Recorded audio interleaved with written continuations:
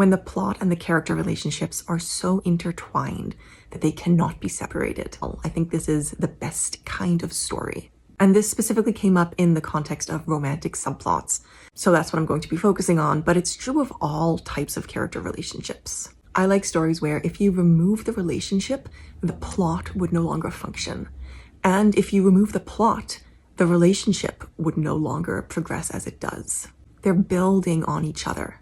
Usually when it comes to romantic subplots, what happens is there is the main plot going on, and then the romantic subplot is kind of tacked on. The plot will be interrupted so these characters can have romantic moments, and then at the end they get together.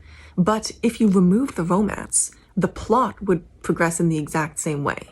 And it's the opposite in a lot of romance stories. There's the romance going on, and then there is some sort of side plot, some sort of other story. But if you removed that other story, the romance itself wouldn't really change that much. And it's so much better when they are wrapped up around each other. You cannot separate them. You cannot remove one. That's what I really like about Hannibal, for example. There is a plot going on. There are serial killers running around needing to be caught. But you cannot separate the plot from the relationship between Hannibal and Will.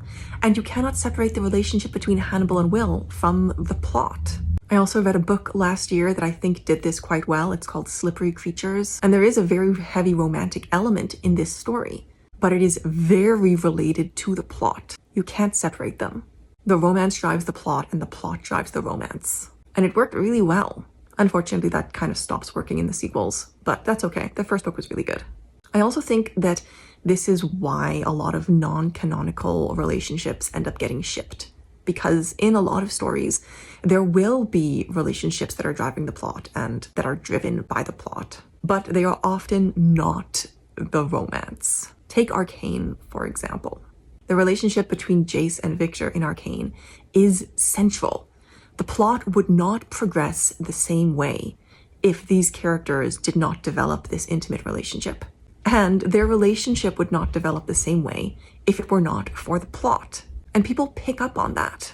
And that makes people invested in the relationship. That's also the case with some of the really, really sort of famous, popular, non-canonical ships, like Destiel, for example.